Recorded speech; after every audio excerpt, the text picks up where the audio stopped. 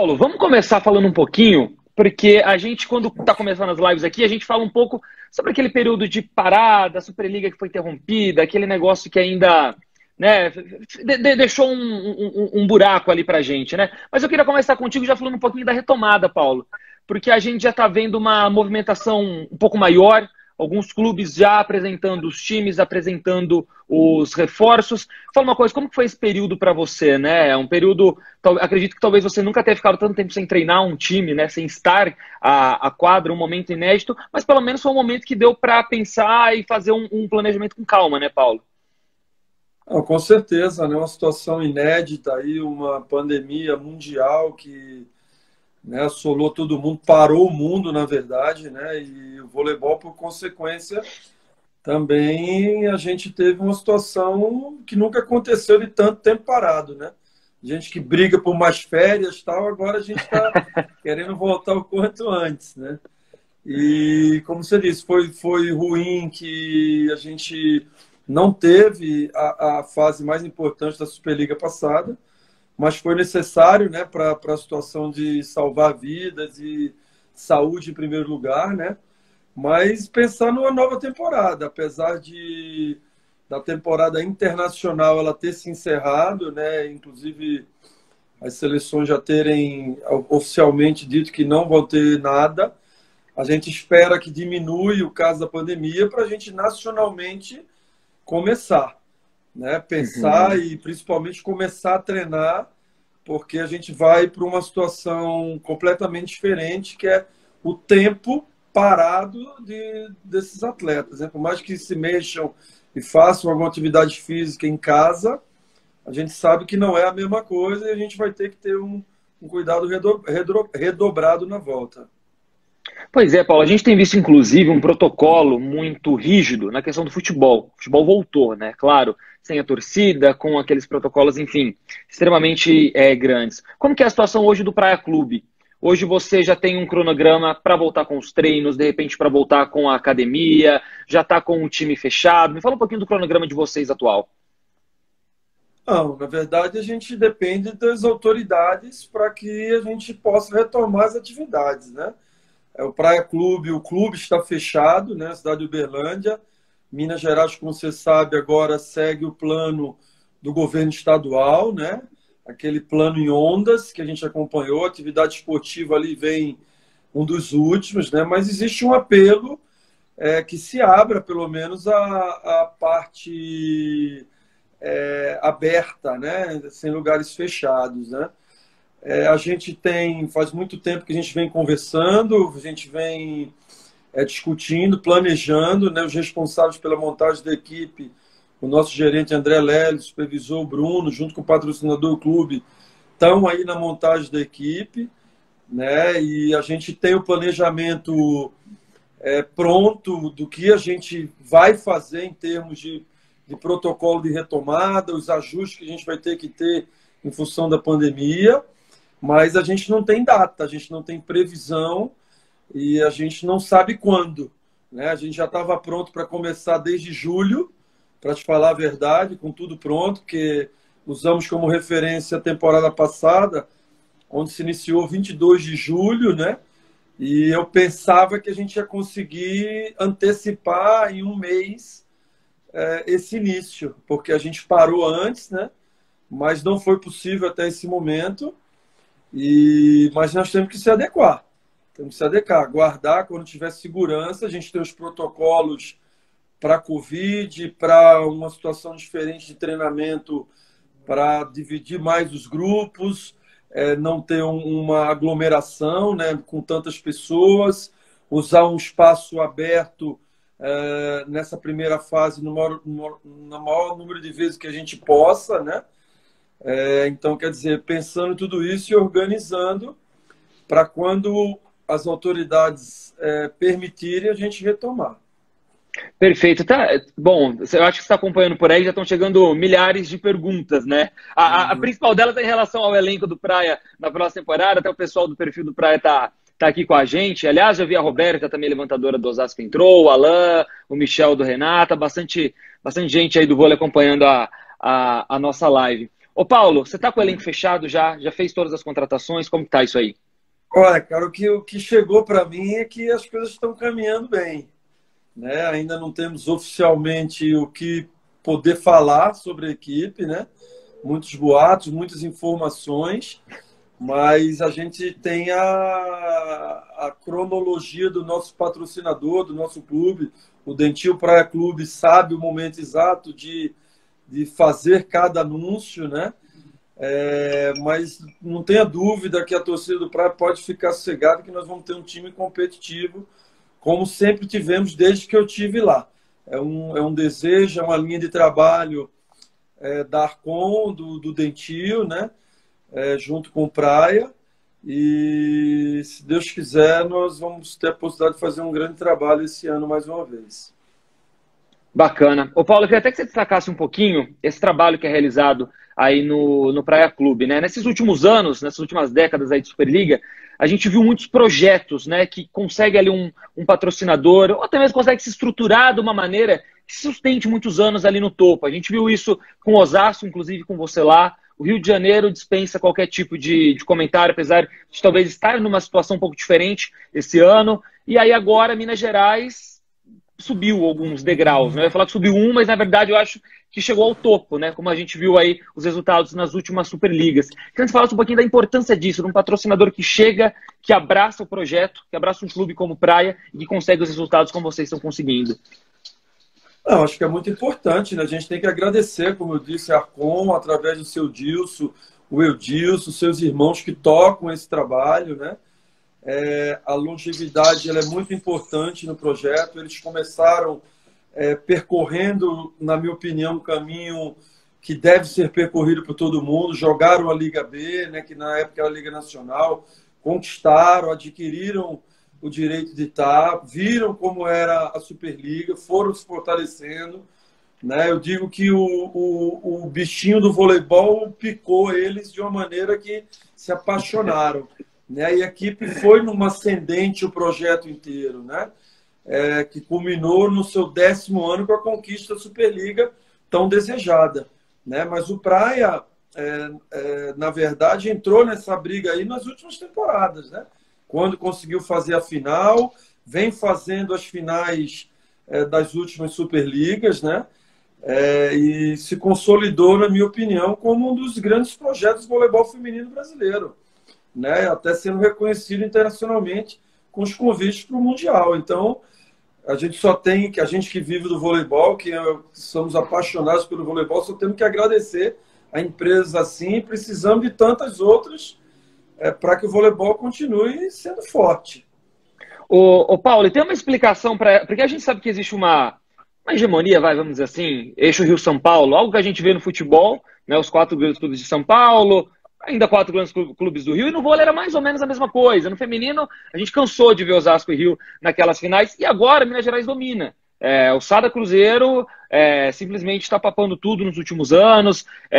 Claro, o Taubaté também brigando ali, mas o Sada ainda com muita superioridade nos números. E agora no feminino, o Praia e o Minas ou estão levando ou estão chegando ali e beliscando, seja a Superliga, o Minas com o Sul-Americano, aí está com um tri seguido, e o Praia, claro, sempre ali brigando e lutando também. O que aconteceu aí? O povo do vôlei gostou do pão de queijo, né, o Paulo? Não, muito importante, eu acho, para o voleibol. Né? O Minas Gerais sempre teve uma tradição muito grande com de respeito a voleibol, né? Tanto masculino quanto feminino. O feminino se fortaleceu mais, ganhou mais uma força com a inserção do Praia, né? Essa ascensão que o Praia teve na última década, né? E fortaleceu mais ainda, e agora brigando e descentralizando o voleibol feminino nas últimas temporadas, principalmente as equipes de Minas. As 2 últimas Superligas terminaram campeãs, né? Uma gente, outro Minas. E a última Superliga, os 3 primeiros, né, terminou o Dentil Praia Clube em primeiro e o Minas em terceiro. Então, vem mostrando que vem sendo um trabalho muito bem feito, né, tanto pela federação quanto pelos clubes, brigando, né, nessa tradição aí que o vôlei sempre teve. Né? Deixou de ser aquela situação de Rio e Osasco, que a gente sempre escutava muito, né? e até me surpreendeu a repercussão de quando nós fomos campeões, porque a gente terminou em primeira fase de classificação, nós fomos campeões, e foi quebrado diversos tabus em virtude do, como você disse, do Rio e Osasco ter hegemonia ali durante 15 anos. Né? E isso você viu que não, né, deixou de, continuam sendo grandes equipes, continuam sendo um dos grandes favoritos, né, Rio e Osasco, mas Minas e Praia entraram na briga para valer.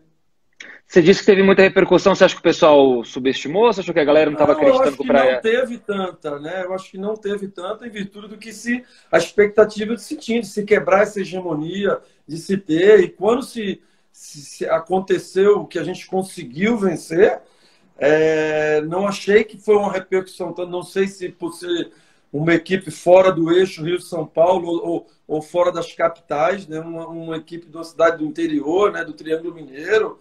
Não sei esse tipo de repercussão, né? Mas,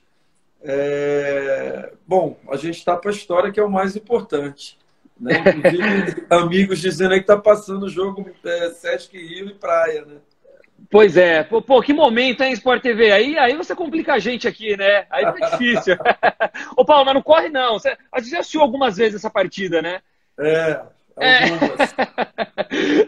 Vamos segurar um pouquinho aqui na live e depois, na hora que acabar, a gente vê se pega o momento mais importante ali, o último set. Ô, Paulo, o Joelson que falou pra gente aí. Pois é, ele mandou um recado aqui, falou: vocês estão na live, mas o jogo tá lá no Sport TV. Liga a TV, Paulo, e liga na live. Isso, deixa o jogo passando aí sem som e ouve a gente falar aqui, que é melhor. Ô, Paulo, a gente vai falar bastante dessa temporada daqui a pouco, mas eu quero aproveitar um pouquinho desse gancho da questão da pandemia. A gente está falando da preparação do Praia para a próxima temporada, Praia que vai vir forte. A gente já viu que outros clubes vão vir forte, Osasco se mexendo, o Rio fez uma parceria interessante com o Flamengo para manter a equipe competitiva, mas a gente sabe que alguns clubes sentiram baque, né, Paulo? Na verdade, clubes que já tinham sentido, já vinham aí capengando, lutando, alguns lutando mais para pagar, outros devendo mais na praça, a gente sabe como funciona. Te preocupa esse futuro da Superliga? Muita coisa, né? O mundo está mudando e a gente sabe que o vôlei também vai, pelo menos em alguns aspectos. O que você espera da próxima Superliga? Você acha que esses clubes pequenos realmente vão ter mais dificuldades, ô Paulo?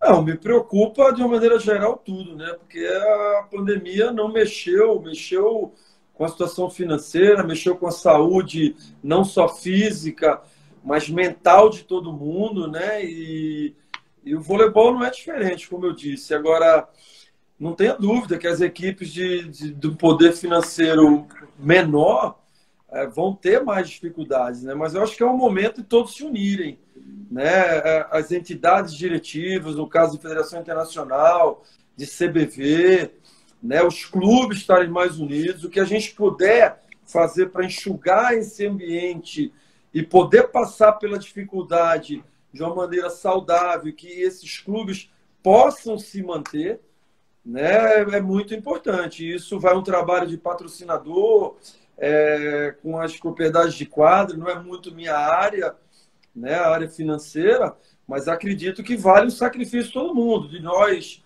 comissões técnicas, atletas, entenderem o momento como muitos entenderam as situações de pandemia, entender os ajustes que, porventura, alguns clubes tiveram que fazer, né?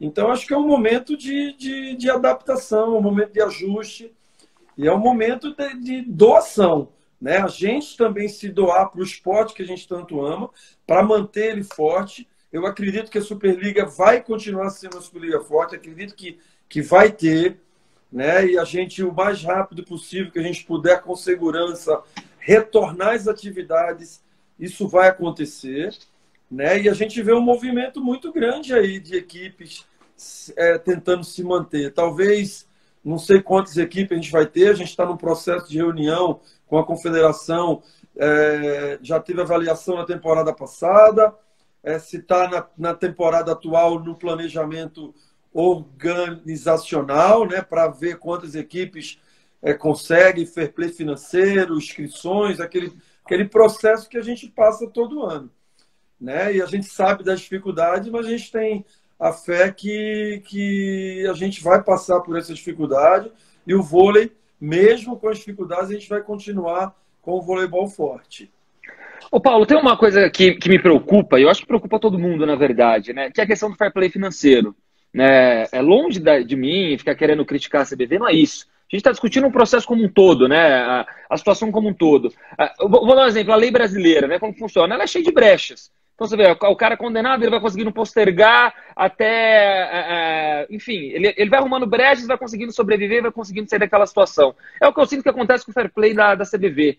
O clube não paga ninguém. O time joga a temporada toda. Tá devendo um monte de gente. Ele vai lá, pum, arruma uma brecha no regulamento, joga a próxima Superliga. O que acontece? Não paga de novo. Passa mais um ano, ele arruma uma outra brecha, finge que vai negociar com os caras, assina um novo contrato e não paga.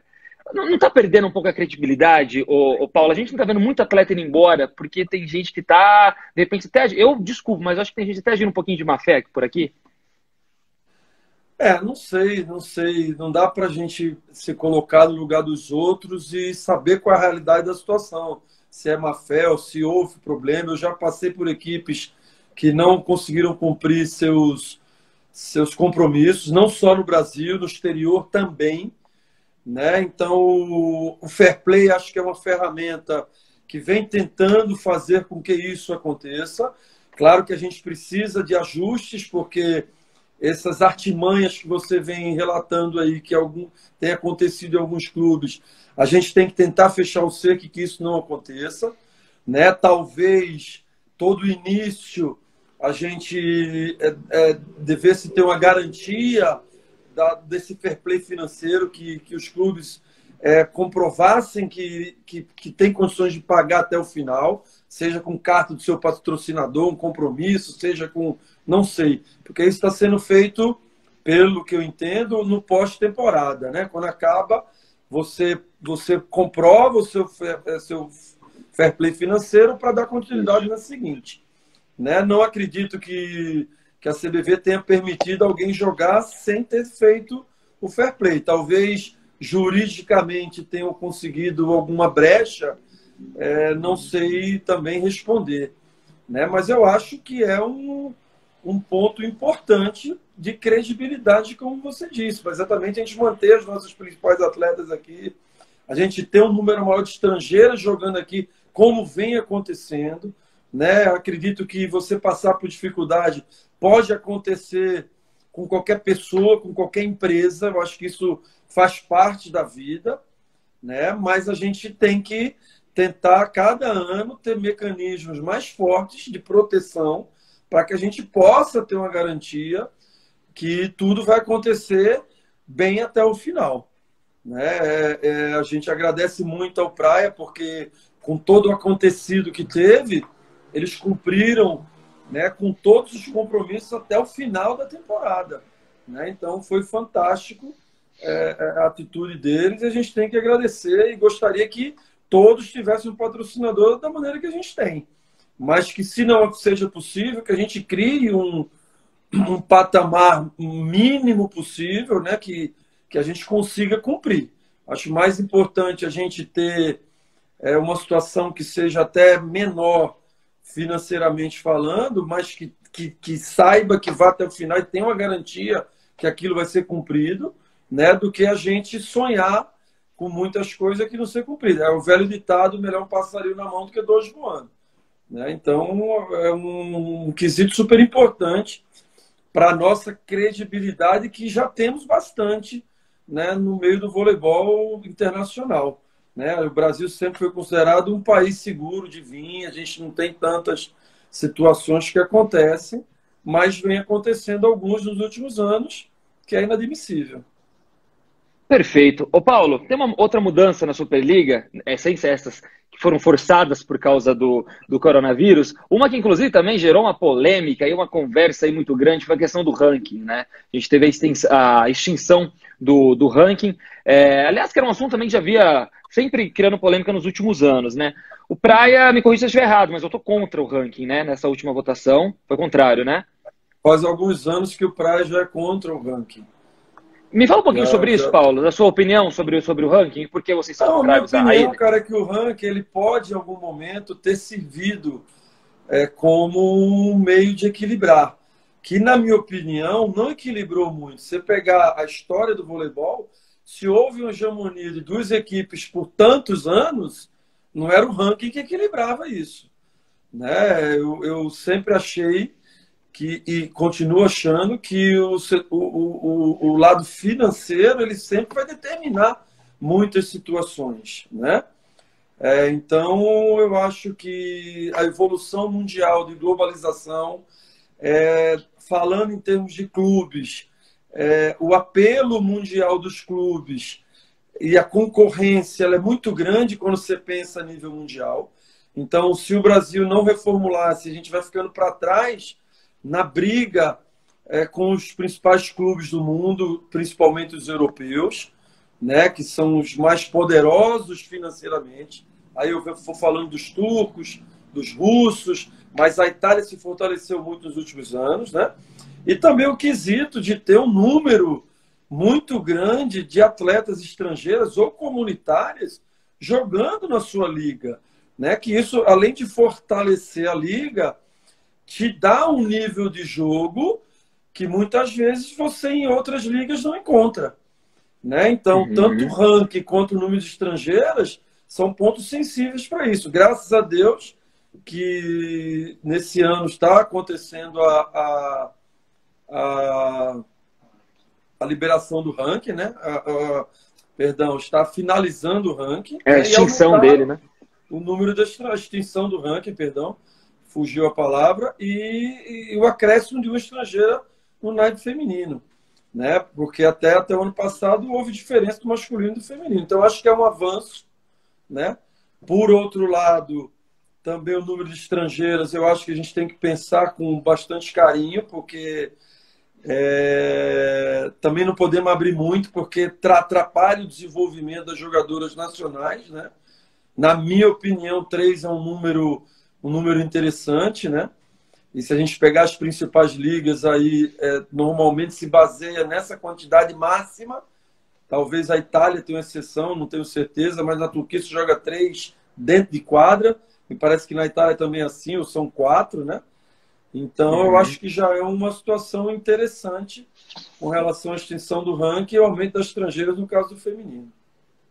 Perfeito. Ô Paulo, fala um pouquinho da última temporada, então, falar de vôlei, o pessoal quer falar do Praia, do time na quadra, enfim. É difícil falar de uma temporada que, de uma certa maneira, não terminou como a gente não queria. A gente teve alguns campeonatos finalizados, né? Fato é que só a Superliga não chegou ao fim. Aliás, o campeonato que o Praia terminou na primeira colocação, pelo menos na fase ali de classificação, à frente 1 ponto, né? Se eu não me engano, do Sesc. Sesc e Minas estavam ali brigando com vocês. Paulo, primeiro que eles fizessem um resumo da temporada. E já quero tocar nesse assunto da Superliga, né? Bom, vocês conseguiram ali o primeiro lugar, chega a pandemia, derruba o campeonato. Você acha que faltou para ser titulado campeão? Levantou-se essa discussão nos dois naipes, no feminino e no masculino, né? Enfim, o que você acha a respeito disso? Eu acredito que a discussão deve ter sido levantada com diferentes pontos, né?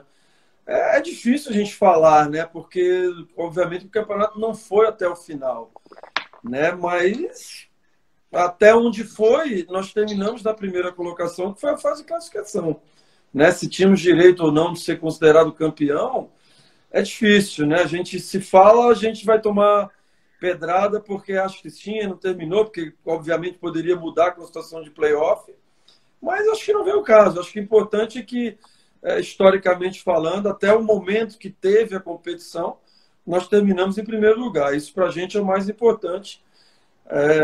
Até emendando com relação à temporada, dentro dos nossos objetivos, a gente estava caminhando bem.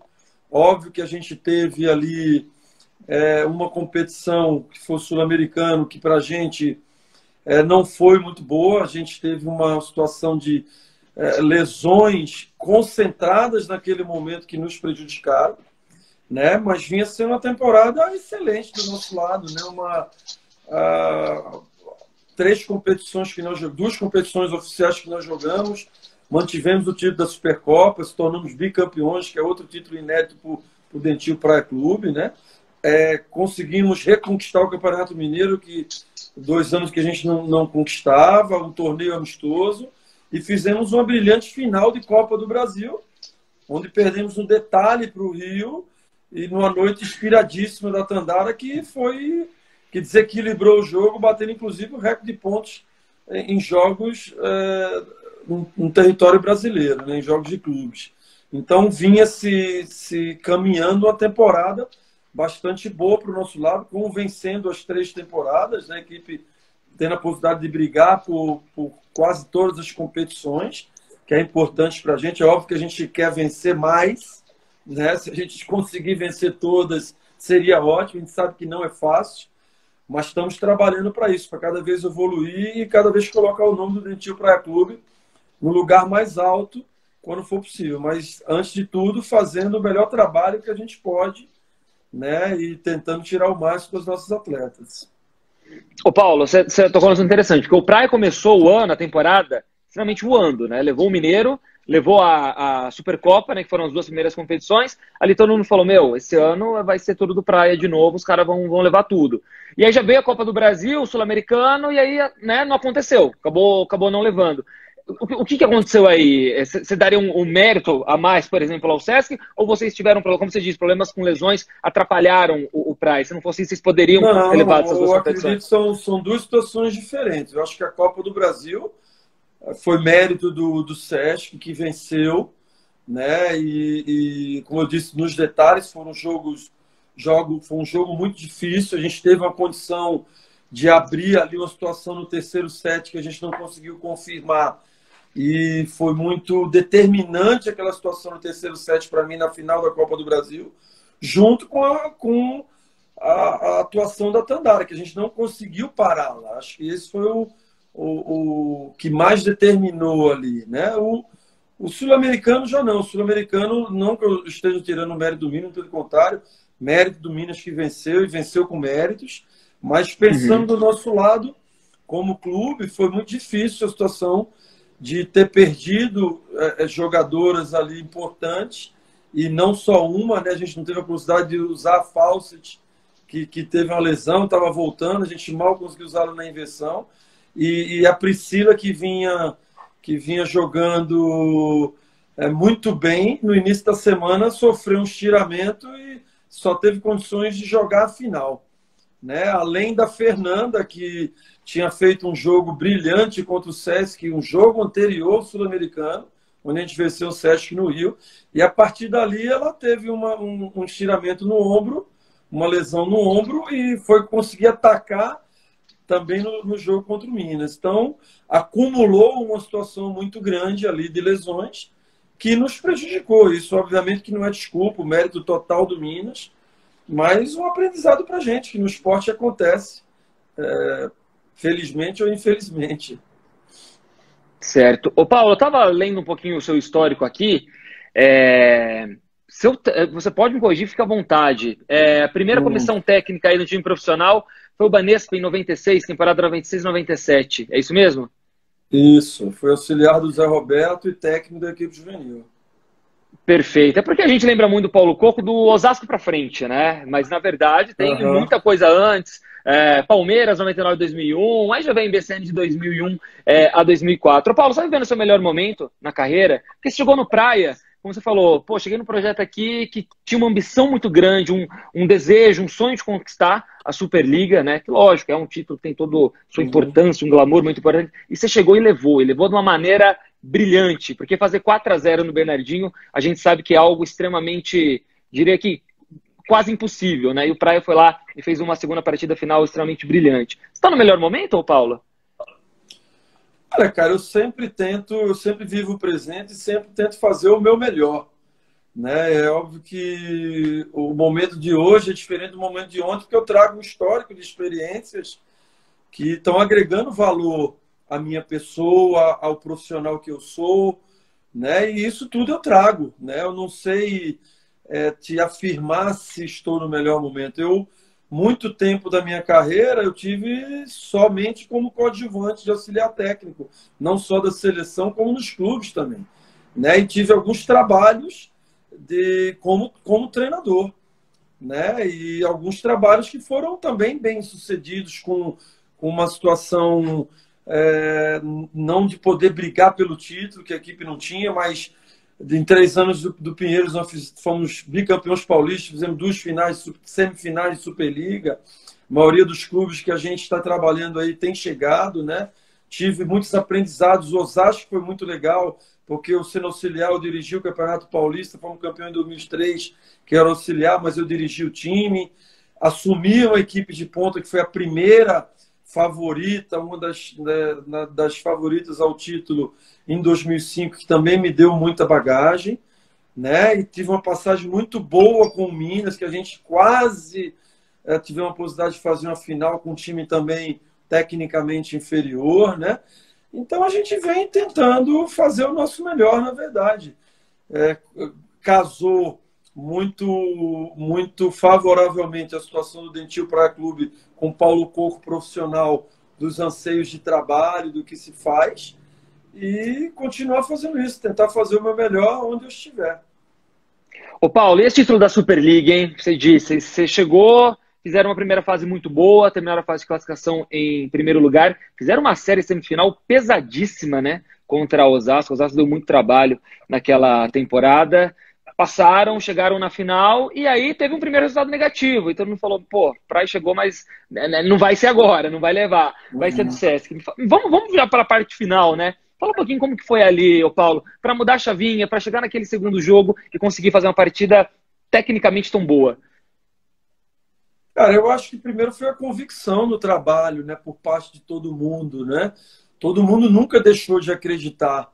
Eu estou falando todo mundo, óbvio que principalmente os patrocinadores, o clube, comissão técnica, jogadoras que estão no trabalho, mas eu recebi muito apoio dos torcedores desde o início do ano, mesmo com a derrota do Mineiro, né? Recebemos apoio da nossa torcida após a derrota do primeiro jogo da final, onde algumas torcidas organizadas nos presentearam, foram nos mostrar o apoio deles, né? Que acreditavam na gente, e nós sempre acreditamos. Até porque nós tivemos um histórico aquele ano, apesar de ter perdido a final da Copa do Brasil, ter perdido a final do Mineiro, um histórico de superação e de quebra de tabu muito grande, né? O Praia nunca tinha vencido o Rio de Janeiro, nós vencemos no primeiro turno, nunca tinha vencido o Osasco em Osasco, nós vencemos no segundo turno, né? Nunca tinha passado por Osasco numa semifinal. Pegamos nas quartas de final, primeiro a equipe mais temida, que era o SESI, porque tinha Tiffany, podia ser um fator de desequilíbrio ali, e ela eliminar, como aconteceu ano passado, né? Quer dizer, e passamos por Osasco numa semifinal, como você falou, que foi brilhante. O mando foi decisivo, que cada um venceu em casa. Mas eu acho que principalmente depois da primeira partida da final, que o mundo do voleibol falou, mais uma vez vai dar Rio, porque está acostumado a vencer. Praia vai ficar mais uma vez no caminho, né? Mas a gente demonstrou, eu acho que a gente fez por merecer com que aquilo acontecesse, em virtude do trabalho que foi realizado no ano e da convicção que elas tinham. Vou te dar um exemplo de um fato, né? Eu estava no vestiário, normalmente eu faço uma pequena preleção antes das jogadoras entrarem, um resumo, né? Elas entram para o aquecimento, eu fiquei no vestiário terminando de me arrumar. Quando eu ia entrar na quadra, a Fernanda Garay voltou para usar o banheiro e saindo ela falou assim, ô chefe, fica tranquilo que nós vamos ser campeão. Você vê a confiança que o time tinha, apesar daquela situação, mas que não é fácil, foi uma experiência incrível, porque, como você disse, não é fácil ganhar do Rio de Janeiro, ainda mais ter que ganhar 2 jogos dentro de um. A gente fez um 3-0 e veio na minha cabeça, se a gente perde aquele 7, não adianta de nada, o título foi para fora. Mas a equipe, né, com competência, conseguiu confirmar, né, como você disse, talvez tenha sido a pior derrota que o Bernardinho tenha sentido, mas mais do que isso para a gente, foi o título mais importante como treinador da minha carreira e o título mais importante do Dentil Praia Clube. Bacana, bacana. Ô Paulo, você deve estar acompanhando que tá chovendo mensagens do tipo, e aí, Mari Paraíba vem, a Anne vem, tá faltando Libra no mercado. Eu vou te perguntar, mas acho que você não vai poder falar muita coisa a respeito disso ainda aqui, né? Eu não tenho, não é da minha responsabilidade fazer o anúncio das contratações. Né? Eu, na verdade, da minha responsabilidade, vou me puxar a orelha se eu falar alguma coisa, né? Porque quem tem que anunciar é o clube, são os patrocinadores. Eu acho que está próximo de se concluir e se confirmar algumas situações. Mas se fala muito também nesse momento. Mas vamos esperar o Dentil Praia Clube anunciar oficialmente e espero que seja o mais rápido possível. É isso aí. Paulo, a gente vai começar a falar um pouquinho de seleção brasileira, mas aí tem mais uma dúvida em relação ao Praia. Principal foco para a próxima temporada, hoje, a principal ambição, é o Sul-Americano? Hoje, se você precisasse dar atenção a um torneio, claro que isso não existe, né? Mas a ambição maior hoje é conquistar o Sul-Americano. Claro que ele dá a vaga para o Mundial. O Praia, como você disse, ele teve um reconhecimento. Foi convidado a jogar o Mundial de Clubes quando o Minas foi campeão sul-americano. Mas vocês estão querendo esse torneio internacional? Cara, você trabalhar numa equipe como o Praia, que chegou no patamar que chegou, é uma equipe que entra para brigar em todos os campeonatos, né? Não pode ser diferente, né? Então tem a expectativa de tentar chegar em todas as finais e ganhar todas as finais. Não podemos ser de falar de nada. A gente sabe que o tão difícil que é fazer isso acontecer, principalmente pela competência e a capacidade dos nossos adversários, né? Hoje nós temos 5, 6 equipes aí do mais alto nível, né? Qualquer uma delas pode se tornar campeã, mas sem dúvida nenhuma a Praia vai estar nesse bolo aí para brigar com essas equipes por qualquer campeonato que ele disputar, né? Não dá para a gente priorizar nenhum tipo de situação. Campeonatos dão condições diferentes para outras situações. É óbvio que, como você falou, o Sul-Americano é sempre um chamariz em virtude da vaga do Mundial, né? Que te dá essa garantia, mas todos os campeonatos são muito importantes para o Dentil Praia Clube, tenho certeza disso. Bacana. Paulo, agora falar um pouquinho de você também, da sua carreira, seleção brasileira. Bom, primeiro, já deve ter ouvido muito isso, né? Mas você ficou com medo? Chegou a algum ponto aí? Todo mundo relaciona essa sua parceria com o Zé Roberto, que, aliás, que privilégio, né? Poder ter a carreira marcada por isso, né? E em algum momento você chegou a ficar preocupado, do tipo assim, olha, eu acho que eu vou ser sempre o auxiliar do Zé, vou ter um pouco mais de dificuldade por causa disso para ganhar o meu espaço no mercado do vôlei, ou pelo contrário, você acha que isso acabou te ajudando na carreira como treinador? Fala um pouquinho sobre isso. Até porque eu puxei a capivara aqui, né? Em 96 já era auxiliar do Zé Roberto, né, Isso. Paulo? De 96 para cá, alguns anos que eu não fui auxiliar, 2 que eu fui no Palmeiras, 2 que eu estava no Banespa, 2 que eu fui para a Espanha, em todos eles eu tive como auxiliar, né? Eu nunca tive essa preocupação, Igor, porque eu também nunca planejei, vou ser treinador, as coisas aconteceram na minha vida. Eu virei treinador porque quando eu comecei a jogar profissionalmente, eu já era um estudante de educação física em Recife e vim para São Paulo. Durante a minha carreira, depois de uma lesão grave que eu tive no punho, eu retornei os estudos, porque eu tive um momento de adaptação, de mudança de treinamento, que eu tive que parar os estudos, porque comecei a treinar 2 períodos, né? E não fazia isso em Recife.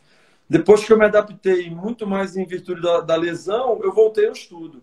Parei minha carreira até cedo, por convites para trabalhar, porque eu tinha ainda propostas de 3 clubes, do próprio Palmeiras, do Lupo Náutico de Araraquara, uma proposta do exterior, para continuar jogando, né? Mas optei em virar um profissional do voleibol porque via uma possibilidade de crescimento maior, né? Para mim, como profissional, seja como treinador, seja como auxiliar. Na verdade, as coisas foram acontecendo. Aí eu tive a oportunidade de dirigir o time, tive o convite após o primeiro ano que o Zé Roberto foi técnico do Banespa em 96, ele saiu para um projeto do David. Eu tive o convite para ser treinador do Banespa, né, pelo Montanaro, mas eu não me achava preparado ainda para ser treinador, né? Então, continuei sendo auxiliar para aprender, para tentar me desenvolver mais. E aí, a partir daí, fui tendo alguns voos solo, né? Como eu disse, eu saí, eu dirigi a equipe do NG, que o Zé se tornou gerente por um ano, foi uma grande experiência. Aí ele foi para o futebol e eu, por coincidência, saí também, voltei para o voleibol masculino, dirigi o Palmeiras 2 anos, né? E depois a gente retornou essa parceria, onde eu continuei de auxiliar dele e depois virei treinador, que ele ficou só com a seleção brasileira. E aí eu segui a carreira em alguns clubes, né? E venho fazendo isso, né? Que, na verdade, dependendo da função, o que eu mais gosto é viver do esporte e tentar fazer o melhor para ajudar um esporte que eu tanto amo, que é o voleibol. Bacana. E aí, Paulo, vem a confirmação do Zé, né? O Zé tá na seleção brasileira feminina desde 2003, se eu não me engano, 3. né? 2003, Isso. exatamente. Isso sem contar as passagens Estamos na juntos. masculina. Exatamente, juntos desde 2003. Bom, 2021, Tóquio, né? A gente vamos pensar aqui na melhor possibilidade. Vai rolar, vai acontecer. O Brasil vai lá, conquista o tricampeonato feminino e o Zé para no auge, feliz, vai curtir a família, como ele já disse, que é o que vai acontecer. Bom, na linha Deus te sucessória, ouça. parece. Ué, por que não, né? Podemos sonhar assim, é completamente possível Temos isso. que sonhar. Esse é o sonho, é o meu sonho, pelo menos. E aí Posso é te igual lá na garantir. Inglaterra, né? A linha do rei, do príncipe, vai mudando ali a família real, né? A gente acredita que essa linha de sucessão aconteça também na seleção brasileira. E claro, todo mundo fala no seu nome. É lógico, chega a ser automático. O Zé sai, o Paulo assume. E aí, Paulinho, já pensou nisso? Bom, pensou, obviamente, né? Pensa há muito tempo. Mas qual que é a chance real disso acontecer? Não, me perguntam muito sobre isso, né, Igor? Eu não tenho o hábito de pensar em coisas que eu não consigo manejar, né? A gente está falando de futuro. De futuro, a gente não sabe o que vai acontecer, né? Não é uma decisão que depende só de mim. Se dependesse só de mim, do sonho de você assumir, poxa vida, esse seria um sonho perfeito, você narrou aí muito bem, né? Mas eu disse até durante a Superliga, e fui mal interpretado, que eu não crio essa expectativa, porque no momento o meu foco é o Praia Clube e a Superliga. E no momento o meu foco continua sendo o Praia Clube, o Dentil Praia Clube, e a seleção brasileira, a gente pensando em Tóquio. Eu tenho que ajudar da maneira que eu posso o Zé Roberto e o Brasil para que a gente possa conquistar esse tricampeonato, né? Isso é o mais importante para a gente no momento. Se a partir daí, quem decide, os dirigentes acharem que eu sou a pessoa indicada para continuar tocando esse projeto, ótimo, sou muito orgulhoso, já sou muito orgulhoso de ter o meu nome citado e lembrado por muitos, e indicado pelo próprio Zé, que eu agradeço, e por muitos para essa continuidade, né? Agora, é difícil a gente pensar nisso, porque não é uma coisa não é uma coisa real nesse momento, né? Vamos pensar em Tóquio e a partir daí a gente vê o que acontece. Ô, Paulo, até porque olha que coisa, né? Pensar que esse ano vai ter nem treino em Saquarema, né? As seleções vão nem se reunir. Uma decisão aí, né, das CTs, dos técnicos, do Zé, do Renan Dalzotto, algo provavelmente muito inédito. Você está acostumado a ir para lá desde 2003, né? Disputar Isso. as principais competições, e agora a gente está nessa situação. Ô, Paulo, a gente vê a Europa avançada na questão do combate ao coronavírus. Isso é um fato. Até porque eles enfrentaram isso antes. Enfim, uma série de coisas que a gente nem precisa entrar nesse mérito. Mas te preocupa um pouco isso? Porque a gente vê a Polônia treinando, a gente vê a Rússia se apresentando, Bulgária, enfim, o pessoal já está dando na bola por lá e a gente aqui tomou essa decisão. Olha, esse ano não tem como, não tem condição, e eu acho que foi uma medida muito sensata, inclusive. Uhum. Preocupa essa questão para Tóquio, porque de repente o pessoal vai chegar mais bem preparado. Esse ano pré-olímpico é um ano muito importante, né? Preocupa em todos os sentidos, né? Primeiro porque você falou muito bem, os ciclos eles foram diferentes, né? É uma pandemia, né? Que a gente vê aí muitos ciclos se repetindo. Só que como eles estiveram antes, aqui chegou depois, a gente passa por esse processo. Para os clubes é ruim, porque os clubes estão muito mais adiantados lá. Então, porventura, os clubes brasileiros que forem jogar o Mundial, e a gente torça que tenha, você vê que já começa atrás, né? Tem equipe já treinando desde julho, né? Falando de seleção, alguns se reuniram. Caso do Japão, caso da China, né? Caso da Sérvia, outras não. Caso da Turquia resolveu não se reunir, né? Próprios Estados Unidos. Então, existe aí uma decisão em função de quando que a pandemia acarretou um dano maior para o país. E você precisa ter. Eu não tenho dúvida que nós, como treinadores, o Zé Roberto, principalmente, o Renan, gostariam de reunir a equipe. Eles sabiam da importância que é manter o contato com as jogadoras, mesmo que fosse por um período de treinamento, né? Mas a sensatez falou mais alto em termos de saúde, em termos, né, principalmente dos riscos que poderia se ter com essa situação. Então, ainda precisa de um tempo para começar a se mexer. Você vê que nenhuma equipe, nem as de São Paulo, de Rio de Janeiro, onde a pandemia teoricamente, né, que a gente escuta aí pelos entendidos, está mais avançado, já está numa regressão, iniciaram seus treinamentos ainda. Imagina nós em Minas, que também chegou depois, entendeu? Então é muito difícil. Agora, é um ano que você perdeu. Esse é um lado muito ruim, né? Por um lado, de recuperação física de jogadoras, talvez seja bom para você ter todo mundo. Quer dizer, a gente não vai saber. Eu acredito que a gente tem que tentar usufruir, fazer o melhor que a gente pode dentro dessa situação. Eu acho que quem conseguir realizar o melhor trabalho dentro dessa situação, que é igual para todo mundo, claro que temporalmente é diferente, eles vão levar vantagem, porque já estão começando antes, é um fato, né? Mas nós temos que nos superar e correr atrás desse tempo quando a gente iniciar. Não tem outra maneira. Ô, Paulo, eu particularmente gosto muito da seleção feminina, né? Eu acompanho mais a seleção feminina que a masculina, é algo meu, pessoal, sempre gostei um pouco mais.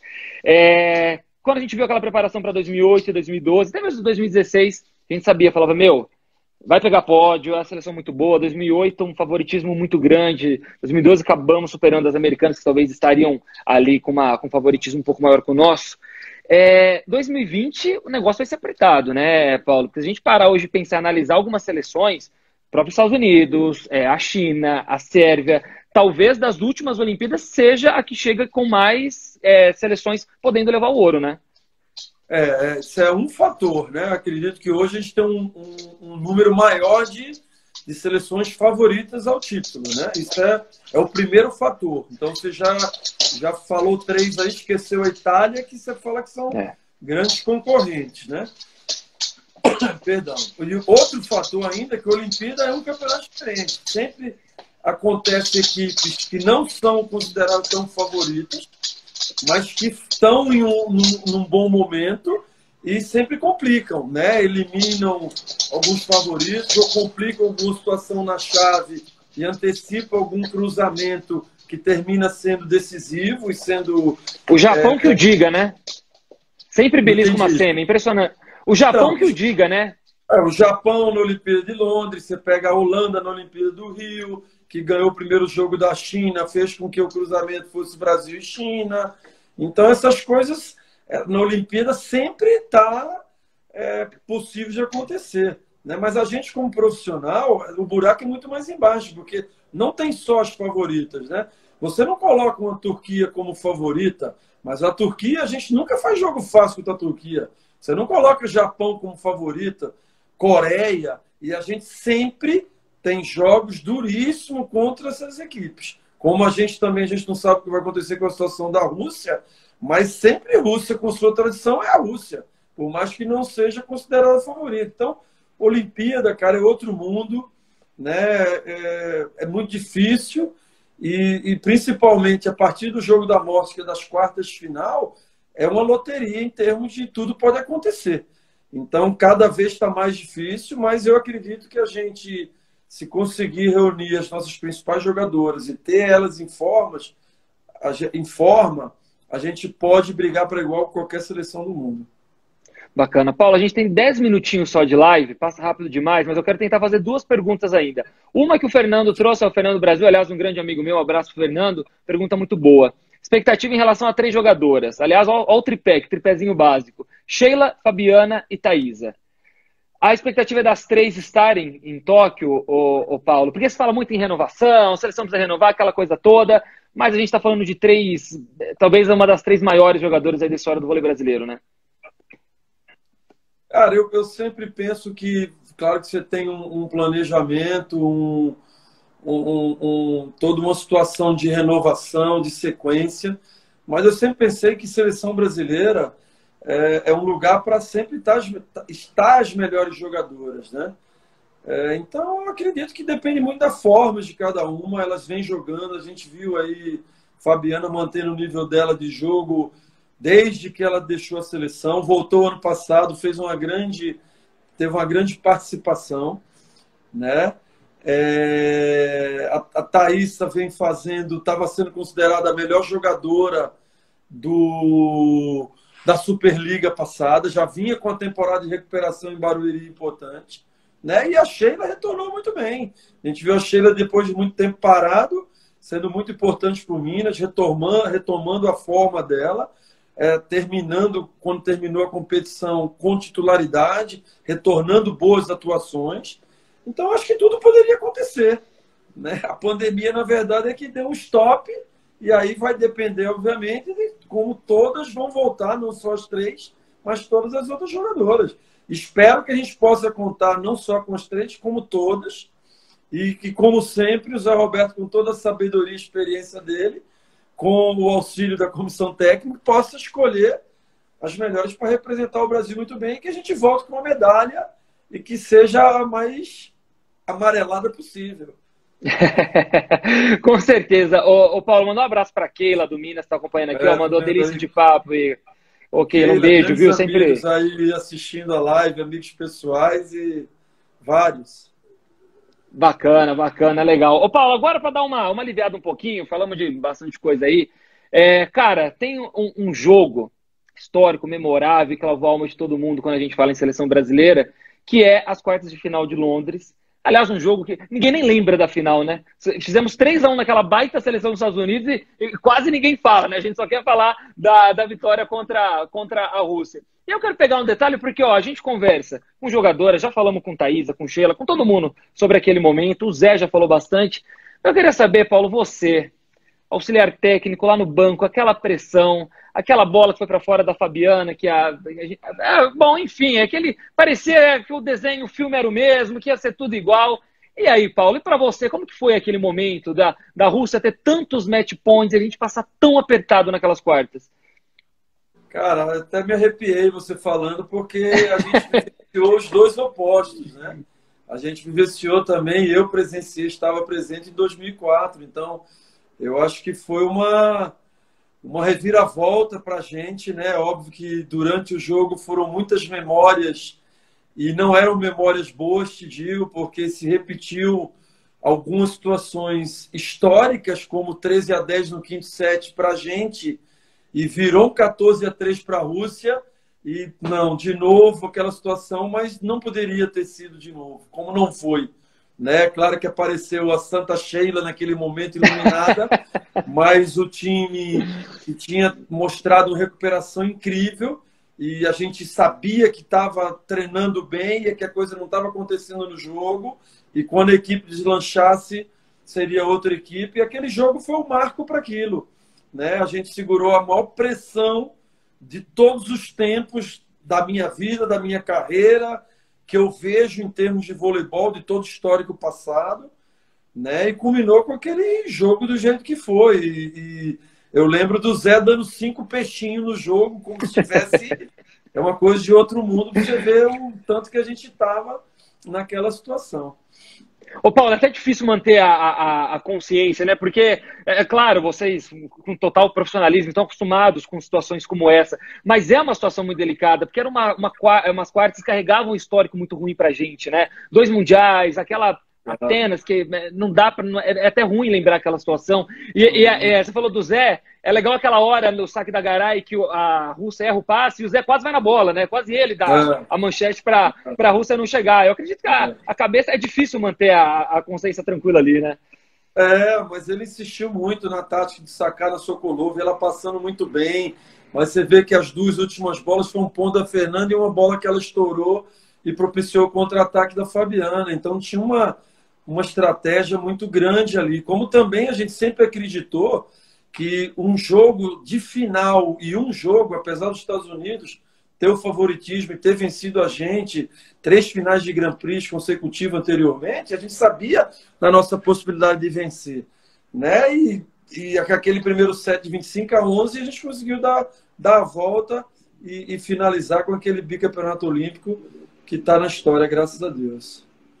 Você sabe que eu brinco, até falei, acho que foi com a Fabi, se eu não me engano, que na final, quando os Estados Unidos venceram, né, 25-11, cara, eu já me tranquilizei, falei, tá bom, chegamos, tiramos a Rússia, acho que, sabe, eu já meio que já tava aceitando, superamos uma campanha ruim na primeira fase, beleza, tá bom, chegamos em outra final, e depois vocês fizeram algo simplesmente fantástico, acho que pra gente, eu não, a gente queria o ouro. Que bom, né? Que bom que são vocês que estão lá e marcaram, assim, eu acho que isso marcou a vida de quem gosta de vôlei, quem acompanha vocês. Eu acho que é uma conquista que realmente. Não, que eu não falo trouxe de volta orgulho, acho que não isso, porque orgulho a gente sempre tem, até mesmo quando perdia jogos, que perdia jogando com aquela raça e com aquela vontade. Mas eu acho que é algo que realmente vai ficar muito marcado. Ô, Paulo, ainda faltando 3 minutinhos aqui, ó. O André, acho que é André o nome dele, André Correia, uma pergunta interessante. Macris é o caminho? Se fala muito da Macris, né? Macris que vem sendo a melhor levantadora das últimas Superligas, tem estado recorrentemente a seleção brasileira. Você já considera que a Macris está com os 2 pés lá em Tóquio, ô Paulo? Cara, ela ultimamente vem demonstrado ser uma grande levantadora, né? Assumiu a titularidade da seleção e a personalidade muito grande, né? Não dá para a gente afirmar, obviamente, que ela é uma das grandes candidatas. As últimas competições que a gente teve, ela que jogou de titular, né? Ela que conquistou a última Superliga, conduzindo a penúltima Superliga, conduzindo Minas, né? Vem fazendo grandes atuações, vem sendo a melhor levantadora da Superliga nas últimas edições, né? Mas temos outras grandes levantadoras, caso da Fabíola, Dani Lins, Roberta, né? A própria Cláudia, jovens que estão pintando como Juma, Liara. Então a gente está sempre bem servido, né? E não tenho dúvida que ela é uma das grandes candidatas aí, né? Não dá, como eu disse, não dá. Eu não gosto de afirmar nada de antecedência, né? Mas se vocês pegar o histórico de como terminou, né? Vamos ver como é que continua no próximo ano, né? O Zé sendo treinador e a decisão última sendo dele, é melhor perguntar para ele, né?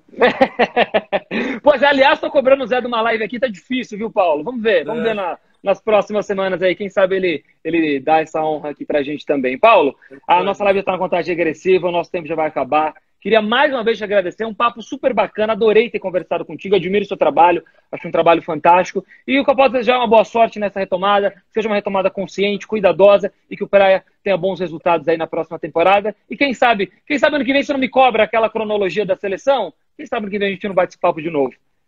Tá bom. Quem sabe, futuro a Deus pertence. Eu agradeço o convite, foi um prazer.